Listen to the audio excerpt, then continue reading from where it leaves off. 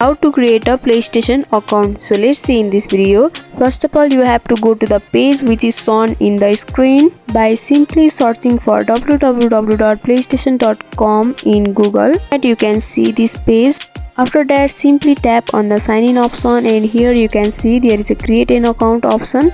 Tap on create. After that, you have to enter your country or region and state and language of your place and tap on next.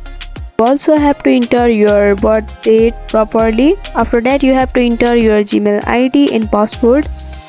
After that, you have to solve the puzzle which declares you are not a robot. After that, your account will finally be created. So in this simple step, you can create account in PlayStation. So I hope this video was helpful. Don't forget to like, comment, share and subscribe our channel for more updating tutorial videos like this. If you need any tutorial videos on any topic, don't hesitate to comment down below and let us know. Thank you for watching till the end.